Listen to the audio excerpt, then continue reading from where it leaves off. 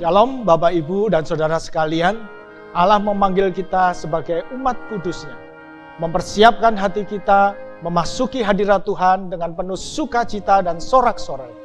Sebab Tuhan mencurahkan berkat-Nya yang telah dipersiapkan bagi Bapak Ibu dan Saudara sekalian. Tuhan Yesus memberkati.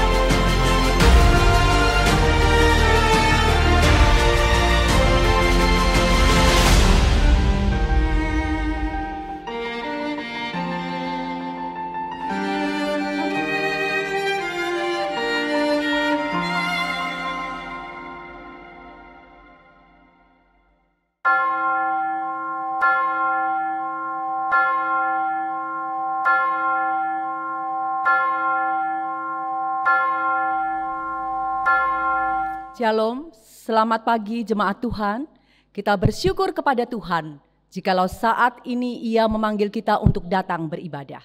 Mari bangkit berdiri dan mengambil waktu teduh di hadapan Allah yang kudus.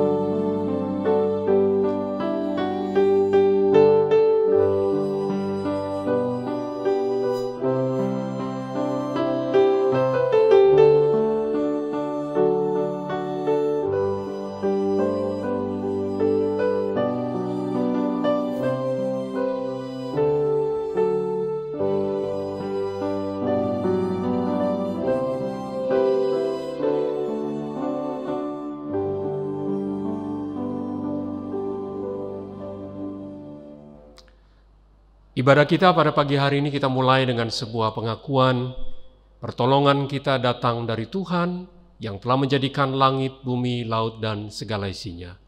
Turunlah atas kita anugerah dan damai sejahtera dari Allah Bapa, Putra, dan Roh Kudus. Amin.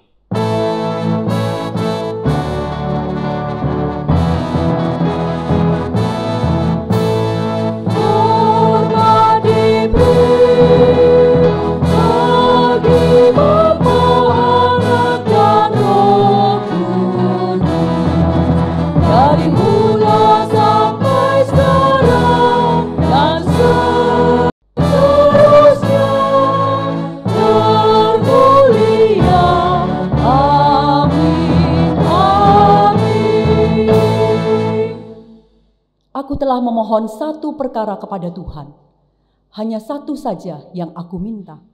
Tinggal di dalam rumah Tuhan sepanjang hidupku, untuk menyaksikan segala kebaikan-Nya dan meminta bimbingan-Nya. Pada masa kesusahan, Dia akan melindungi aku.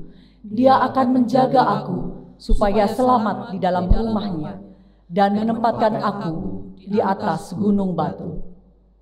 Kepada Engkau saja ya Allah, ya hanya kepada Engkau saja, Allah yang perkasa, Allah yang mulia, kami puji, kami tinggikan nama-Mu yang agung dan mulia.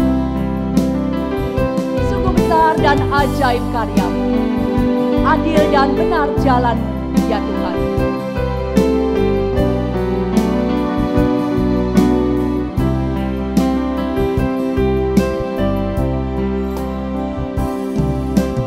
Besar dan ajaiblah karya-Mu, adil dan benarlah jalan-Mu. Raja segala bangsa yang maha kuasa, mulia nama-Mu. Layaklah segala bangsa sujud kepadamu, sebab Kau Allah yang kudus, layak disembah.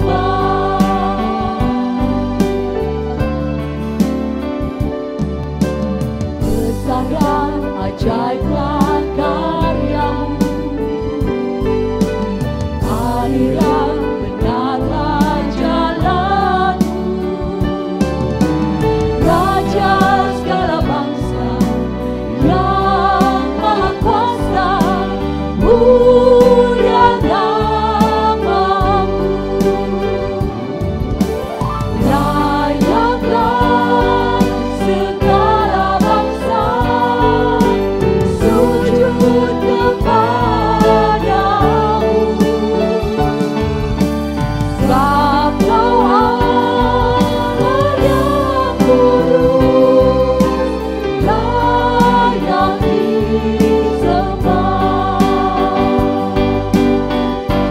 Nyanyi pujian bagi-Mu Tuhan, pujian bagi-Mu Tuhan. Nama-Mu besar dan layak dipuji. Nyanyi pujian bagi-Mu Tuhan, pujian bagi-Mu Tuhan. Nama-Mu besar dan layak dipuji.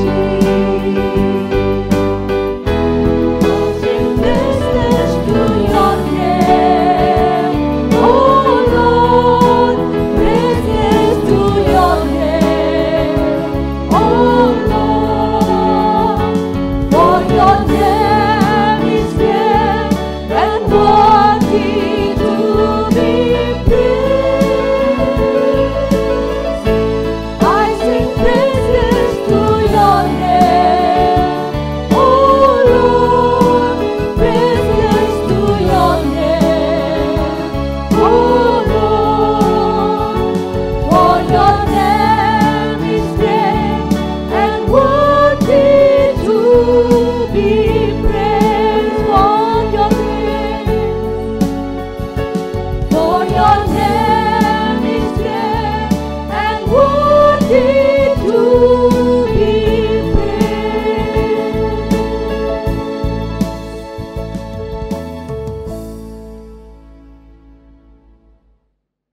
Bapa, pada pagi hari ini kami datang ke hadirat-Mu, menghampiri tahta kasih karunia-Mu.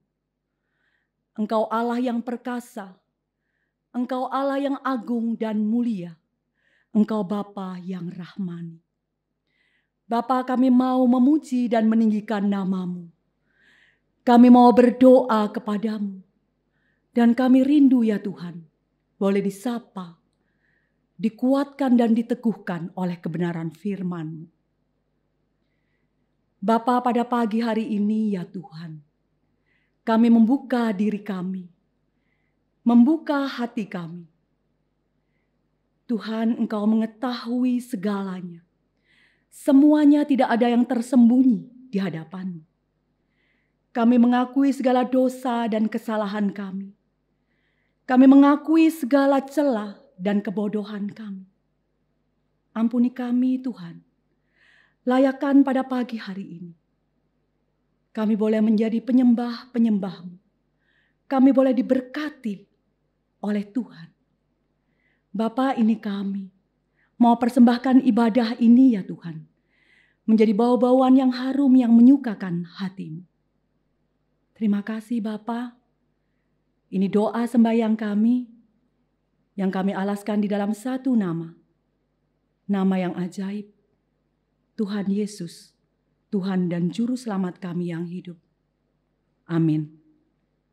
Jemaat yang dikasihi Tuhan, dengarlah berita anugerah yang diambil dari Roma 3 ayat 23 sampai dengan 24. Karena semua orang telah berbuat dosa dan telah kehilangan kemuliaan Allah, dan oleh kasih karunia telah dibenarkan dengan cuma-cuma karena penebusan dalam Kristus Yesus.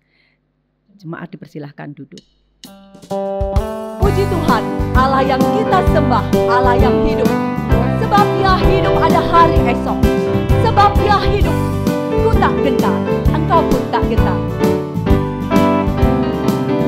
Anak Allah, Yesus namanya, menyembuhkan, menyucikan, bahkan mati, tebus dosamu, kubur kosong membuktikan Dia hidup. Sebab Dia hidup, ada hari esok. Sebab Dia hidup, tak gentar, karena ku tahu Dia pedang hari esok. Hidup jadi berarti sebab Dia hidup. God sent His Son, they called Him Jesus. He came to love, heal and forgive. He lived and died to buy my pardon, and empty grave is where to throw my Savior free. Because He lives, I can place to follow. Because He lives, all fear is gone. Because I know for the future, and life is worth the living just because He lives. And life is worth the living just because He lives.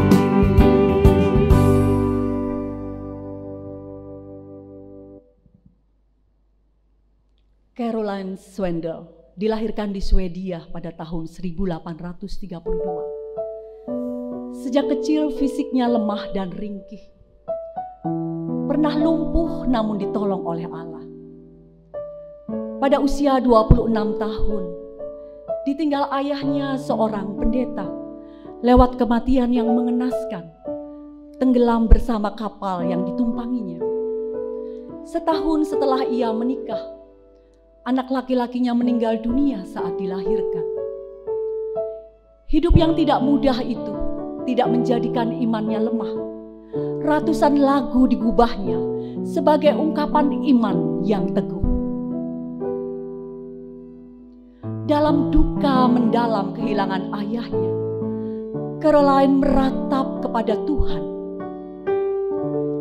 Tiada papa lagi, tetapi Allah sebagai Bapanya hadir setiap hari.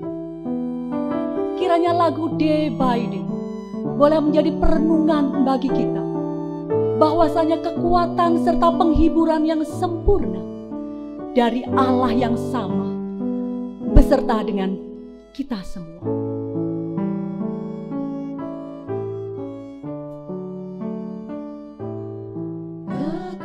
Kekuatan serta penghiburan diberikan Tuhan padaku. Tiap hari aku dibimbingnya, tiap jam dihibur hatiku, dan sesuai dengan hikmat Tuhan, ku diberikan ayah yang penuh suka dan derita bergantian, memperkuat imanku. Jemaat, kami persilahkan berdiri.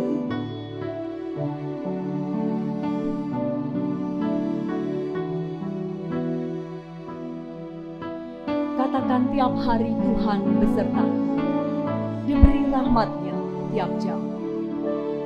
Tiap hari Tuhan besertaku, diberi rahmat-Nya tiap jam, diangkat-Nya bila aku jatuh, dihalau-Nya musuhku kejam, yang namanya Raja Maha Kuasa, Bapa yang kekal dan abadi, mengimbangi duka dengan suka, dan menghibur yang sedih. Jemaat yang dikasihi Tuhan, mari mengambil waktu teduh, sampaikan kepada Tuhan apa yang menjadi isi hati kita, apa yang menjadi pergumulan dan beban hidup kita. Ketahuilah Tuhan Yesus berfirman, "Marilah kepadaku semua yang letih lesu dan berbeban berat, maka aku akan memberikan kelegaan kepadamu."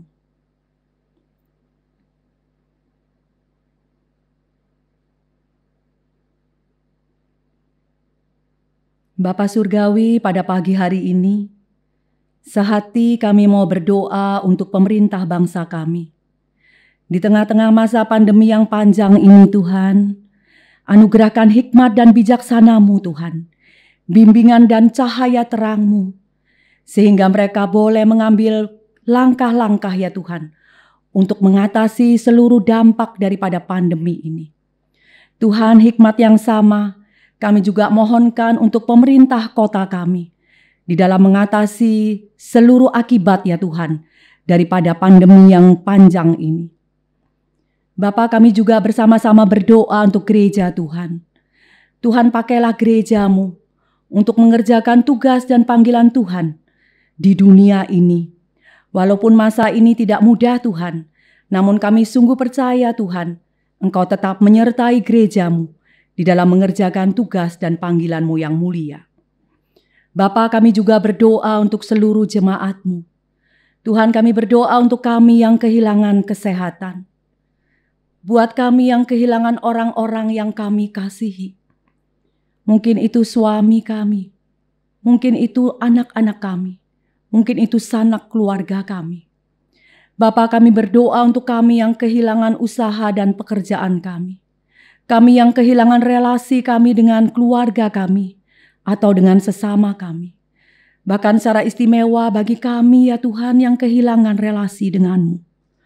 Tuhan, lawat kami. Tuhan, berkati kami. Tuhan, bawa kami ya Tuhan untuk hanya memandang kepada salib-Mu. Bapa, kami membawa seluruh doa dan permohonan ini sesuai dengan doa yang pernah diajarkan Tuhan Yesus. Bapa kami yang di surga, dikuduskanlah namamu, datanglah kerajaan-Mu, jadilah kehendak-Mu di bumi seperti di surga. Berikanlah kami pada hari ini makanan kami yang secukupnya, dan ampunilah kami akan kesalahan kami, seperti kami juga mengampuni orang yang bersalah kepada kami. Dan janganlah membawa kami ke dalam pencobaan, tetapi lepaskanlah kami daripada yang jahat. Karena Engkaulah yang empunya kerajaan, dan kuasa, dan kemuliaan, sampai selama-lamanya. Amin. Mari bersama-sama kembali kita mengikrarkan pengakuan iman dan percaya kita. Pengakuan iman rasuli.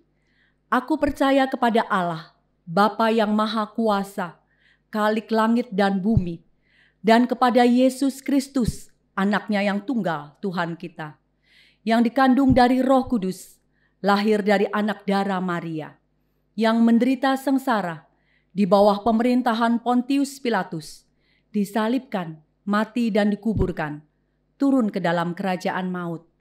Pada hari yang ketiga, bangkit pula dari antara orang mati, naik ke surga, duduk di sebelah kanan Allah, Bapa yang Maha Kuasa.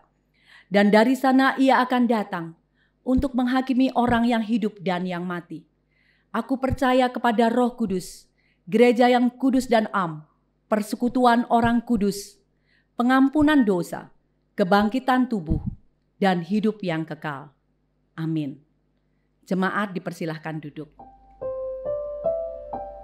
Ketika nafas masih dikandung badan, maka hidup di dunia ini tidak steril dari persoalan. Acap kali kita terburu-buru ingin lepas bebas dari masalah, menuntut segera ada jalan keluar. Namun sejatinya kehadiran Bapa dalam pergumulan kita lebih berharga, lebih bernilai daripada sekedar sebuah jalan keluar. Melalui masalah engkau tahu apa arti kasih Bapa. Lewat masalah aku tahu apa itu penghiburan dari Allah.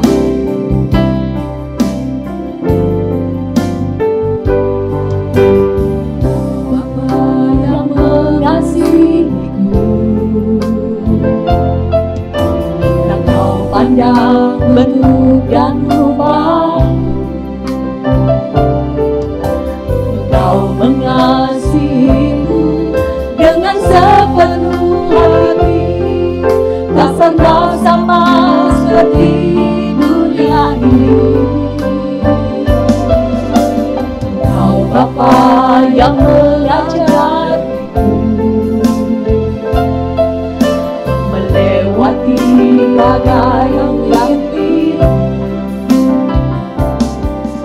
Kau yang buatku terbang bagaikan raja wali, mengatasi segala pencobaan. Kau Bapa-Ku yang baik, mengerti bahasa tetesan air mata. Tak Kau biarkan ku berjalan sendirian, sebab Kau Bapa-Ku yang baik. Kau Bapa-Ku yang baik, mengerti bahasa tetesan air mata. Tak Kau biarkan ku berjalan sendirian, sebab Kau Bapa-Ku yang baik. Kau sungguh baik.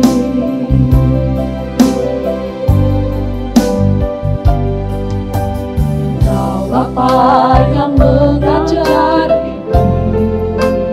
Terima kasih Tuhan, melewati badai langit biru. Kau yang buatku terbang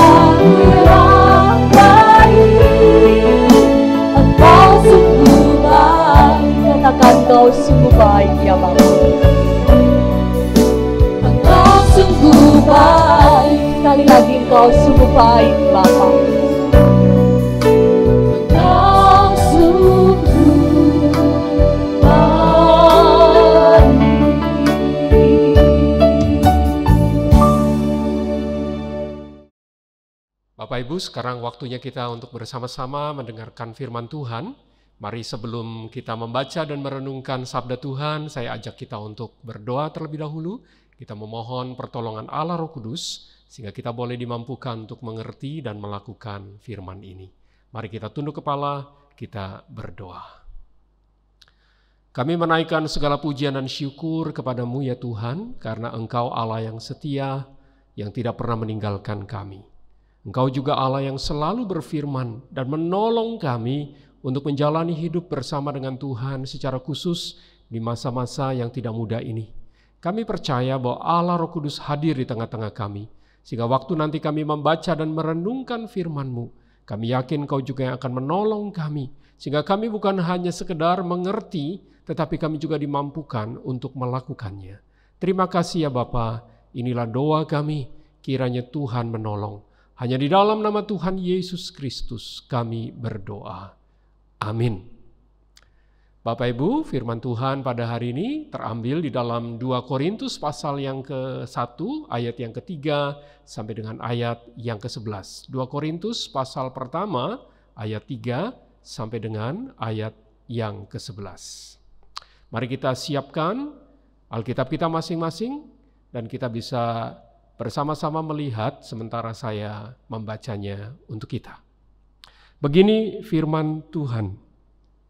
Terpujilah Allah, Bapa Tuhan kita Yesus Kristus, Bapa yang penuh belas kasihan dan Allah sumber segala penghiburan, yang menghibur kami dalam segala penderitaan kami, sehingga kami sanggup menghibur mereka yang berada dalam bermacam-macam penderitaan dengan penghiburan yang kami terima sendiri dari Allah.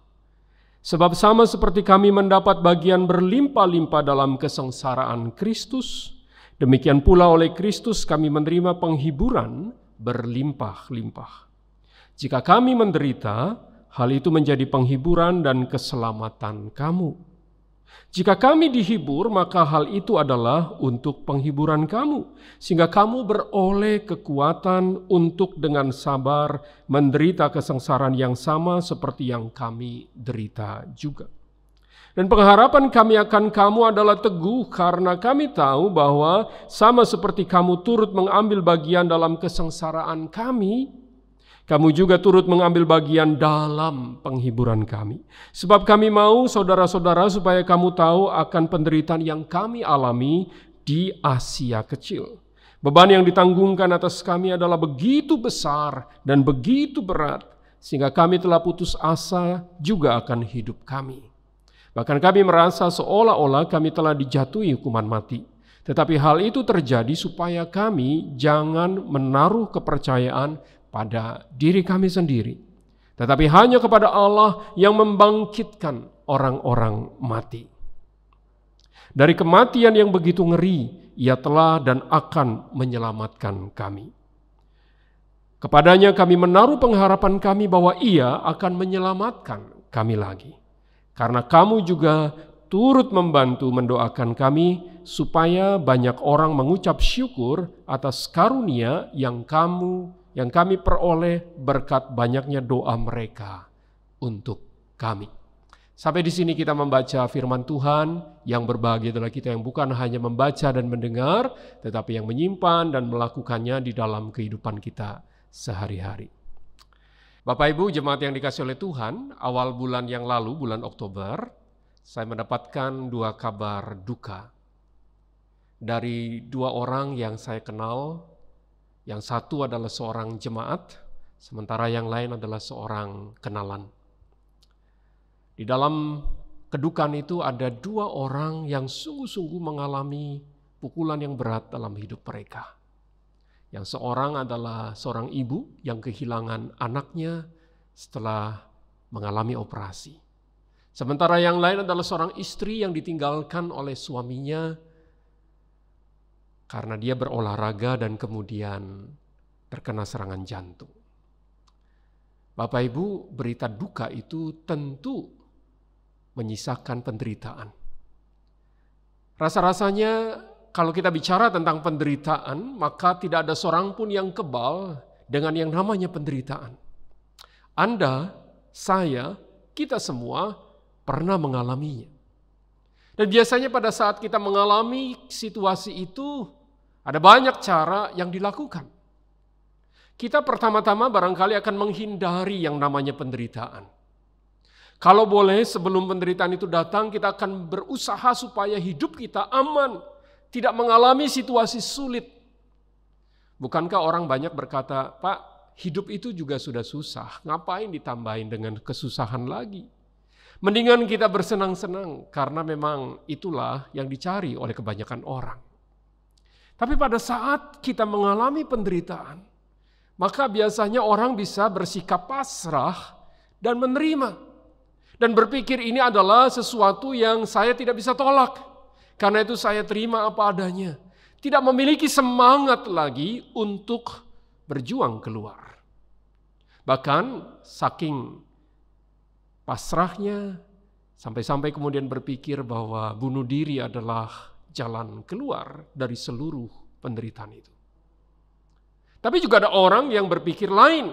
Mereka berjuang, berusaha untuk melawan dengan apapun yang mereka punyai. Bapak Ibu, selama masih bisa berjuang, maka mereka tidak akan kenal menyerah. Apa yang menjadi pilihan kita? Tapi sebelum kita masuk pada situasi itu, saya mau mengajak kita lebih dulu melihat apa yang barusan kita baca, yang merupakan tulisan dari Rasul Paulus sendiri. Bapak Ibu Saudara, di dalam surat ini, kita menjumpai dengan banyak sekali catatan-catatan Paulus mengenai penderitaannya. Ya, memang Paulus sedang di dalam kehidupan yang tidak mudah, di dalam penderitaan. Tunggu dulu Pak, Paulus, Rasul itu, dia menderita? Oh iya, Rasul Paulus sedang di dalam kehidupan yang tidak mudah. Kalau kita melihat dalam catatan-catatannya, maka kita akan berjumpa dengan banyak sekali catatan dia tentang penderitaan itu. Misalkan di dalam 1 Korintus pasal pertama, pasal yang keempat, pasal yang keenam, pasal yang ke-11, bahkan pasal yang ke-12, semuanya mencatat tentang situasi sulit itu. Nah, di tengah-tengah situasi penderitaan yang dia alami, Paulus merasakan pertolongan dan penghiburan Tuhan kepadanya. Oleh karena itu dia mengawali bagian yang kita baca ini dalam ayat yang ketiga dengan sebuah pujian. Dia memuji Allah, Bapa itu sebagai Allah yang penuh dengan belas kasihan dan sumber penghiburan.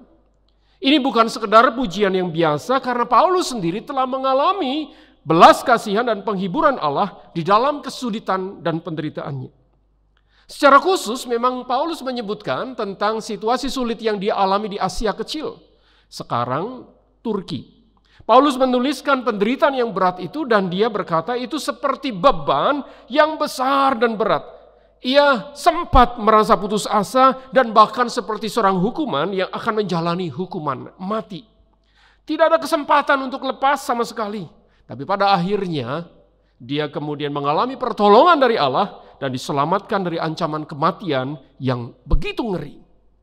Meskipun kita tidak tahu persis apa yang menjadi kesulitan dan penderitaannya, sehingga dia menyebutnya sebagai beban berat dan ancaman itu, tapi kita bisa menduganya bahwa kesulitan itu muncul karena memang Paulus sedang memberitakan Injil. Banyak orang yang tidak menyukainya, termasuk pemerintah Romawi hari itu dan orang-orang di sekitarnya yang berusaha untuk menghentikan dengan berbagai cara supaya Paulus tidak lagi menjadi pemberita Injil. Tapi di tengah-tengah situasi itu dia mencari Tuhan. Dia memilih datang kepada Tuhan kita Yesus Kristus.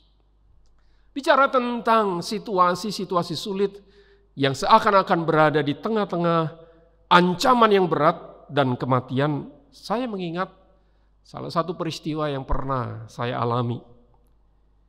Hari itu saya pergi ke seorang dokter karena memang ada sesuatu yang saya rasa yang sangat mengganggu kesehatan saya akhir-akhir itu.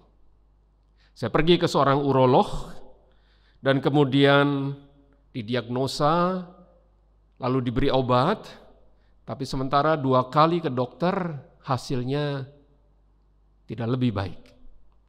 Maka saya memutuskan untuk pergi ke urolog yang lain, lalu pada waktu datang dan melihat catatan apa yang sudah terjadi dalam beberapa waktu itu, dia berkata, aduh Pak, saya menduga ada sesuatu yang buruk ini.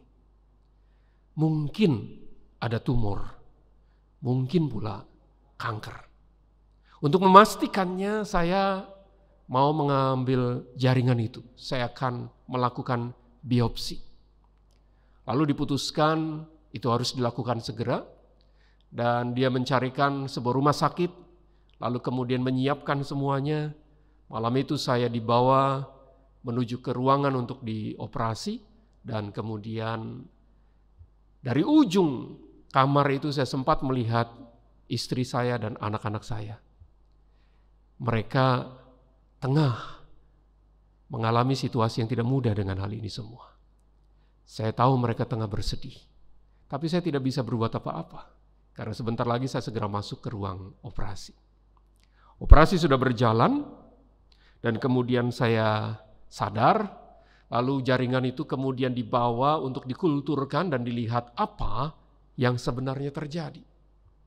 Tidak berapa lama kemudian saya diberitahu, dan satu sisi saya merasa lega karena itu ternyata bukan kanker atau tumor, tetapi di sisi lain saya juga tahu saya mengalami situasi yang juga tetap tidak mudah, belum lepas dari kesulitan. Ternyata saya didiagnosa terkena TBC sekunder. Bapak Ibu, saya memang kena TBC tetapi saya tidak bisa menularkan orang lain. Waktu itu saya berpikir, dari mana saya bisa kena? Kapan peristiwanya? Tuhan kemudian menolong saya untuk mengingat satu peristiwa beberapa tahun sebelumnya. Satu malam saya ditelepon oleh satu keluarga yang mengabarkan bahwa anak putri mereka sedang dalam kondisi yang sakit dan sangat gawat. Maka saya bergegas malam itu pergi ke sana, berjumpa dengan keluarga ini dan menemui anak perempuan itu. Hampir 1 jam saya bersama mereka dan berdoa, lalu kemudian menjelang pagi saya pamit untuk pulang, dan mereka kemudian juga segera membawa anak mereka untuk berobat ke rumah sakit. Sayang, kondisinya tidak membaik. Akhirnya setelah 1-2 hari dirawat, Tuhan memanggil dia pulang. Kabar yang saya dengar dia terkena TBC. Dan saya pikir itulah awalnya saya terkena. Pada saat seperti itu, saya terbaring di rumah sakit. Lalu kemudian dalam salah satu kunjungan, dokter yang merawat saya meluangkan waktu untuk berbincang dengan saya. Baru saya mengerti ternyata dia juga pernah mengalami situasi yang sama seperti saya. Dia mengalami TBC juga sekunder. Dan menjalani perawatan yang sama seperti yang saya alami hari itu. Dan dia berkata, saya bisa sembuh. Dan saya percaya Bapak juga bisa. Wah, perkataan itu membangkitkan semangat. Perkataan itu memberi penghiburan karena saya tahu saya tidak sendiri. Ada orang yang pernah melewatinya dan mengalaminya dan dia sembuh. Dan yang ngomong ini adalah bukan orang sembarangan karena dia seorang dokter yang mengerti dengan jelas situasi yang dihadapi. Resiko-resikonya dan bagaimana treatment itu berjalan. Maka saya melewati 6 bulan ke depan dengan sebuah keyakinan bahwa bukan saja Tuhan menolong, tetapi juga Tuhan mempertemukan saya dengan orang yang tepat. Nah Bapak Ibu Saudara, pada saat-saat seperti itu, saya kemudian kembali kepada teks kita, bahwa Paulus juga menyadari pertolongan Tuhan itu adalah sesuatu yang nyata. Pertolongan Tuhan itu adalah sesuatu yang tepat pada waktunya. Di saat-saat yang seperti itu, dia tahu Allah menghiburnya. Dalam ayat yang keempat, kata menghibur itu adalah memiliki sebuah pengertian yang sangat spesifik. Seperti seseorang yang berdiri di samping Paulus yang sedang menderita itu. Dia kemudian menepuk pundaknya, memberikan semangat baru, menemaninya melewati situasi yang sulit itu sampai tuntas. Dan kata yang sama ini juga adalah kata yang diberikan kepada Roh Kudus karena dialah yang disebut juga sebagai Roh Penghibur. Kristus mengutus Roh Kudus untuk menolong kita, menghibur kita. Bahkan Kristus sendiri yang oleh Paulus disebutkan adalah Allah yang memberikan penghiburan. Dia menolong kita di tengah-tengah segala penderitaan yang sangat berat. Kenapa? Karena memang di dalam kehidupannya Kristus telah melewati berbagai situasi yang sulit. Dia pernah disalah mengerti, dia pernah diancam, bahkan akhirnya dia mengalami siksaan yang begitu ngeri, lalu disalibkan dan mati sebagai seorang yang terhukum di kayu salib. Oleh sebab itu, Kristus sanggup menghibur Paulus yang sedang mengalami kesulitan yang tidak kecil. Tetapi satu hal yang menarik, Paulus mengerti sebuah pelajaran yang Tuhan mau berikan kepadanya. Bahwa kalau dia mengalami penghiburan, itu tidak hanya berhenti untuk dirinya. Kalau Allah menghiburnya, kalau Kristus itu memberi kekuatan kepadanya, itu tidak hanya berhenti sampai dia melewatinya. Tetapi Paulus mengerti satu hal, bahwa pada saat dia mengalami pertolongan Tuhan, ditolong oleh Tuhan dan dihibur oleh Tuhan, maka dia sekarang bisa melakukan hal yang sama kepada orang lain. Penghiburan itu tidak hanya berhenti pada dirinya, tetapi dia tahu dia perlu meneruskannya pada orang-orang lain. Perhatikan apa yang dia tulis di dalam ayat yang ke-6. Jika kami menderita, hal itu menjadi penghiburan dan keselamatan kamu. Jika kami dihibur, maka hal itu adalah untuk penghiburan kamu. Sehingga kamu beroleh kekuatan untuk dengan sabar menderita kesengsaraan yang sama seperti yang kami derita juga. Pikiran dan perhatian Paulus selama kesulitan bukan hanya untuk dirinya saja, melainkan juga untuk jemaat Korintus yang dia kasihi. Itulah sebabnya Paulus mengerti dengan jelas pengalaman dan penderitaannya itu adalah sesuatu yang indah di mata Tuhan. Karena melaluinya dia belajar untuk melayani jemaat dan menghibur mereka. Oh Bapak Ibu, ini sesuatu yang membuka mata kita, bukan? Bahwa memang Allah izinkan kesulitan itu datang supaya kita belajar untuk mengalami pertolongan Tuhan, dan pada akhirnya kita dipakai oleh Tuhan untuk menjadi alat buat sesama kita. Tiba-tiba saya mengingat sebuah pengalaman yang pernah dialami oleh seorang hamba Tuhan. Saya mengenal seorang pendeta ini di dalam sebuah acara seminar dan pemuritan. Namanya adalah pendeta Peter Tanji. Mungkin Bapak Ibu pernah mengenalnya. Saya mengenal pendeta ini dari sebuah acara karena di dalam profil buku acara disebutkan apa yang sudah dia kerjakan. Dia adalah seorang pengusaha yang sangat sukses di negaranya, lalu dia merintis sebuah gereja, mula-mula hanya jemaatnya tidak berapa banyak orangnya, kemudian berkembang menjadi salah satu gereja besar di kota Manila sampai sekarang ini. Hari itu saya mendengar kesaksiannya. Pada awalnya saya tidak terlalu memperhatikan apa yang dia sampaikan. Tapi sampai pada satu kesaksian yang tiba-tiba membuat saya mengerti kebenaran ini. Bapak Ibu Saudara, hari itu bulan Februari tahun 1992. Pendeta Peter Tanci keluar bersama dengan istrinya dari rumah mereka untuk melayani satu kelompok kecil yang sedikit jauh dari rumah mereka. Mereka meninggalkan anak-anak mereka di rumah seperti biasanya dan mereka melayani. Pada saat selesai melayani, mereka bergegas pulang ke rumah. Tapi alangkah terkejutnya mereka pada waktu sampai di halaman rumah, ternyata mereka menjumpai ada banyak mobil polisi dan begitu banyak polisi di halaman dan di dalam rumah. Dia bertanya dalam hati, apa yang terjadi? Bergegas dia lari masuk dan dia menjumpai anak gadisnya. Rupanya ada sebuah kejadian buruk yang sedang menimpa anak gadisnya hari itu.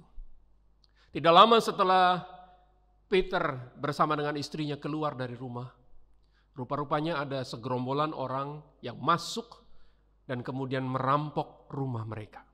Bukan hanya merampok tetapi juga kemudian memperkosa anak gadisnya.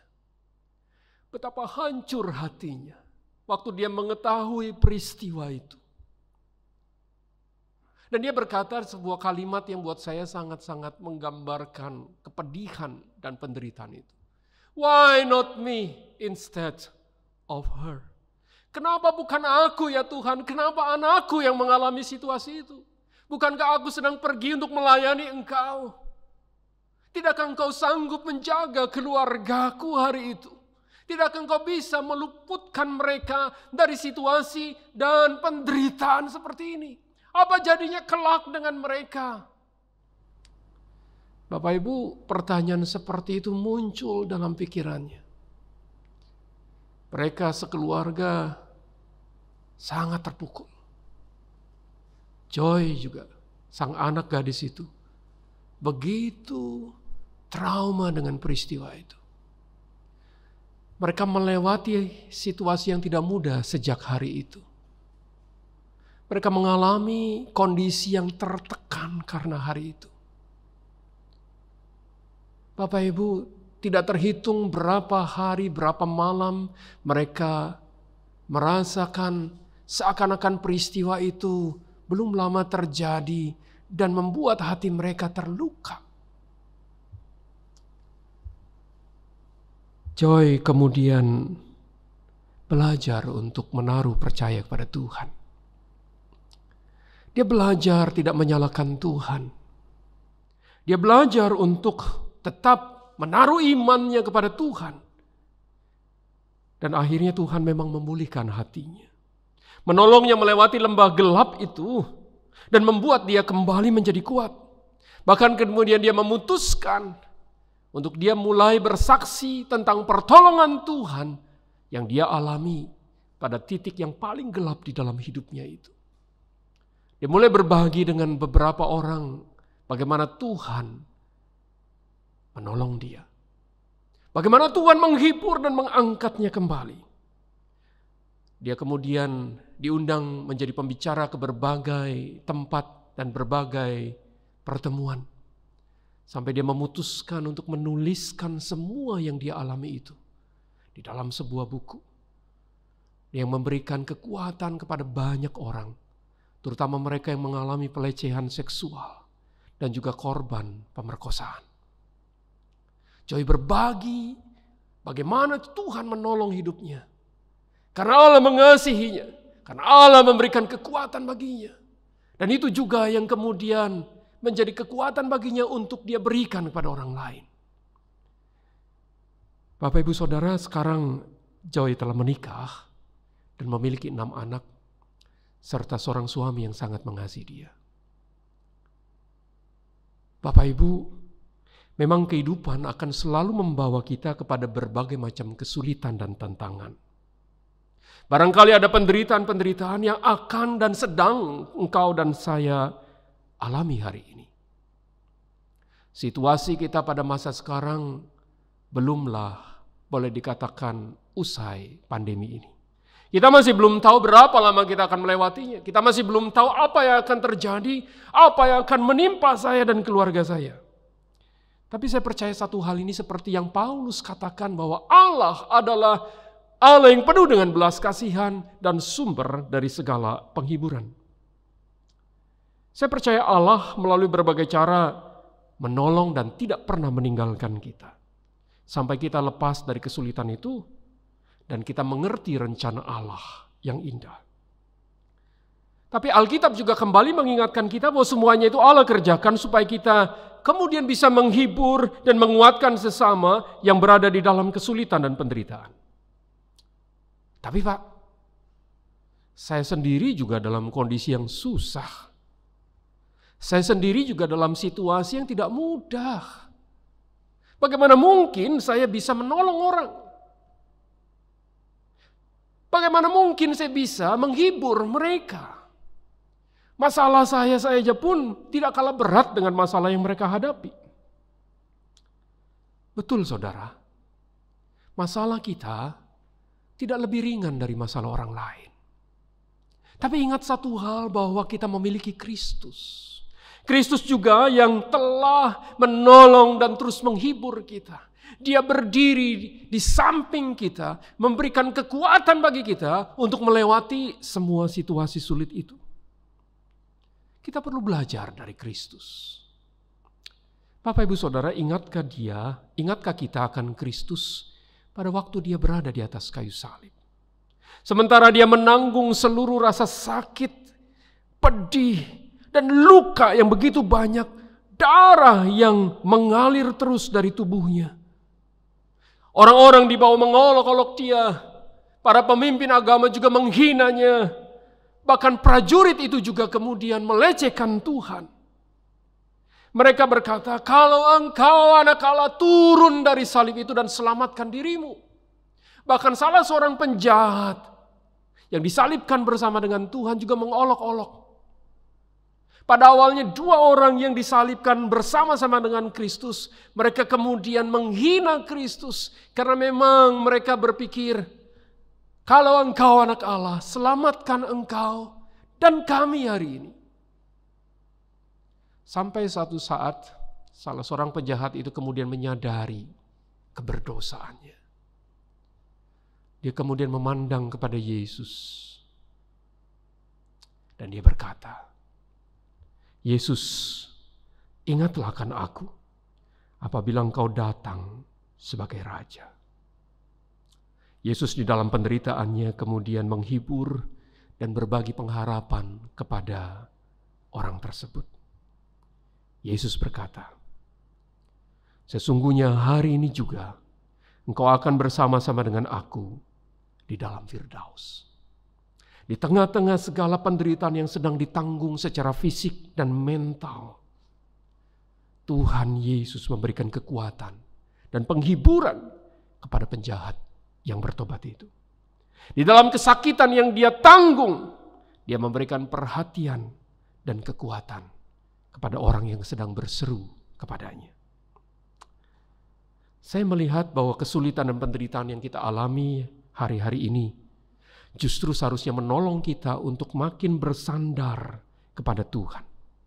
Kita perlu Tuhan, kita perlu pertolongannya. Tapi pada saat kita sudah menerima penghiburan dan kekuatan dari Tuhan, marilah kita maju satu langkah lagi untuk berbagi kekuatan dan penghiburan itu kepada orang lain di sekitar kita.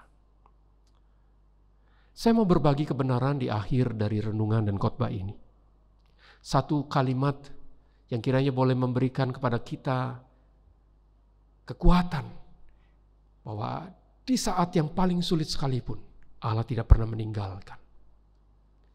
penghiburan Kristus di saat penderitaan kita, menolong kita untuk bisa menghibur sesama di dalam kesesakan.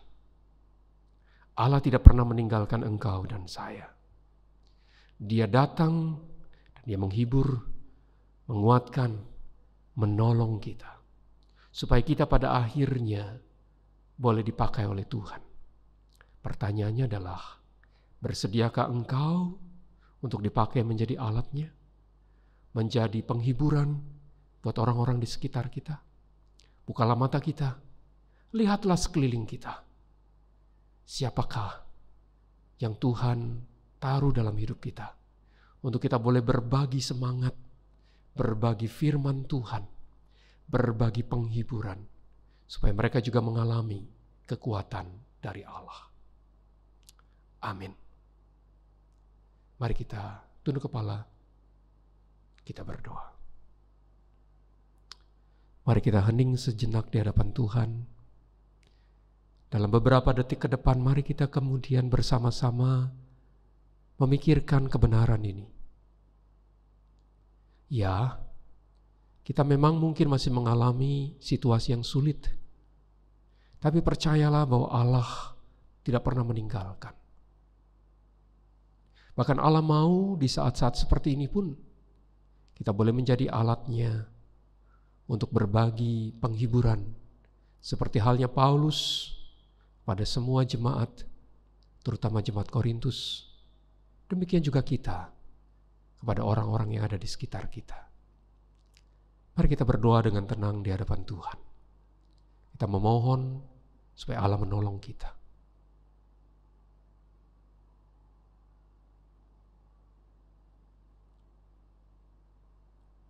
Ya Yesus, kami percaya Engkaulah Allah yang penuh dengan belas kasihan dan sumber penghiburan kami, yang telah menolong kami melewati situasi-situasi yang tidak mudah ini, supaya kami juga boleh berbagi perhatian, kekuatan, penghiburan yang kami terima dari Engkau.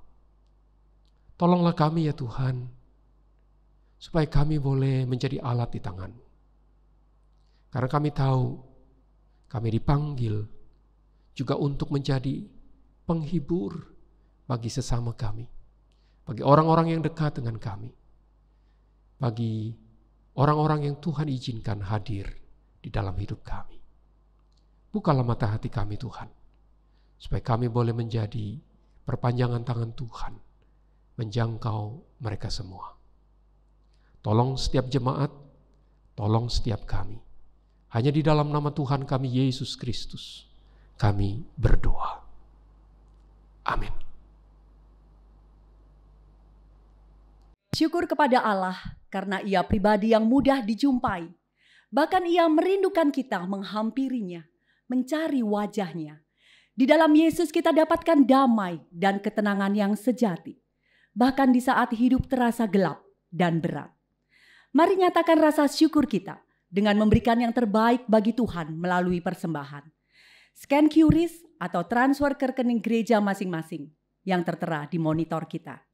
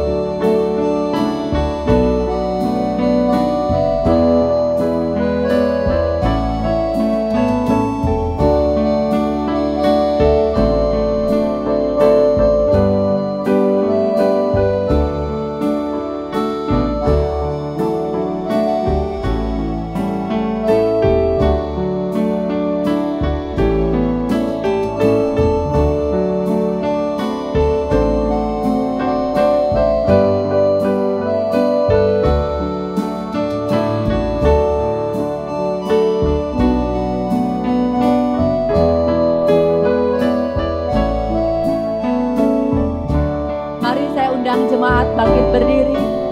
Katakan, kalau ku cari damai, hanya ku dapat dalam Yesus.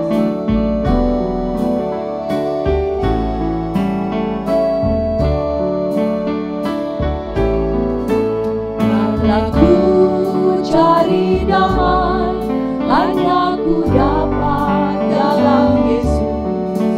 Kalau ku cari ketenangan, hanya ku temui di dalam Yesus. Tak satu pun dapat menghiburku, tak seorang pun dapat menolongku. Hanya Yesus jawaban hidupku. Bersama Dia hatiku damai, walau dalam lembah kegelapan. Bersama Dia hatiku tenang, walau hidup penuh tantangan. Tak satu pun dapat menghiburku, tak seorang pun dapat menolongku. Hanya Yesus jawaban hidupku. Bersama Dia hatiku damai, walau dalam lembah kegelapan. Bersama Dia hatiku tenang, walau hidup penuh tantangan. Tak satu pun dapat menghiburku, tak seorang pun dapat menolongku. Hanya Yesus jawaban hidupku. Katakan, hanya Yesus jawaban hidupku. Hanya Yesus jawaban hidupku.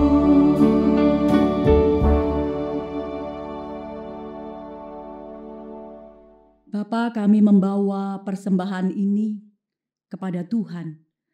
Mari Tuhan, Engkau menyucikan dan menguduskannya dan memakai untuk pekerjaan Tuhan di dunia ini. Bapa, tolong kami ya Tuhan, bukan hanya sekedar mempersembahkan harta yang fana ini, tapi biarlah Tuhan dengan pertolongan-Mu, kami boleh persembahkan hidup kami boleh persembahkan waktu kami, kesempatan-kesempatan yang Tuhan berikan untuk merengkuh jiwa-jiwa yang ada di sekitar kami. Ini doa kami ya Bapa, yang kami panjatkan di dalam nama Tuhan Yesus, Tuhan dan Gembala kami yang agung. Amin. Bagi Dia satu-satunya Allah yang penuh hikmat, oleh Yesus Kristus, segala kemuliaan sampai selama-lamanya. Amin.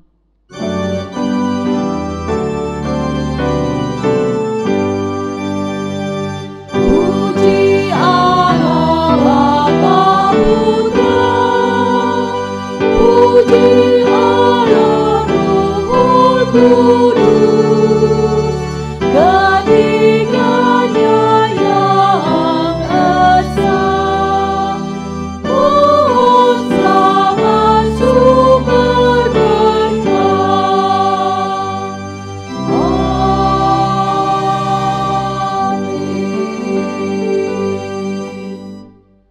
Bapak Ibu Saudara yang dikasihi Tuhan, marilah kita sekarang mengarahkan hati kita kepada Tuhan dan kita belajar untuk menerima kasih Tuhan itu yang tidak pernah meninggalkan kita, supaya kita pada akhirnya boleh menjadi alat di tangannya untuk menghibur dan menguatkan sesama.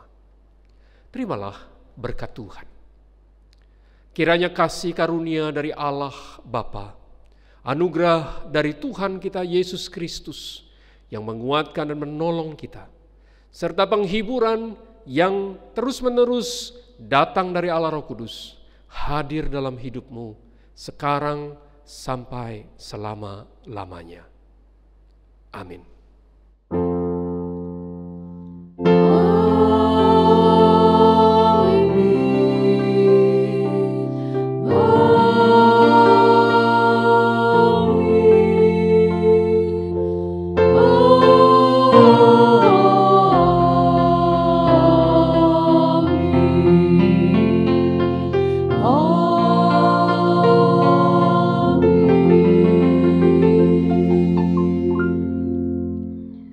Jemaat dipersilakan duduk, ibadah minggu kita telah usai. Silakan mengambil waktu untuk bersaat teduh. Tuhan Yesus memberkati.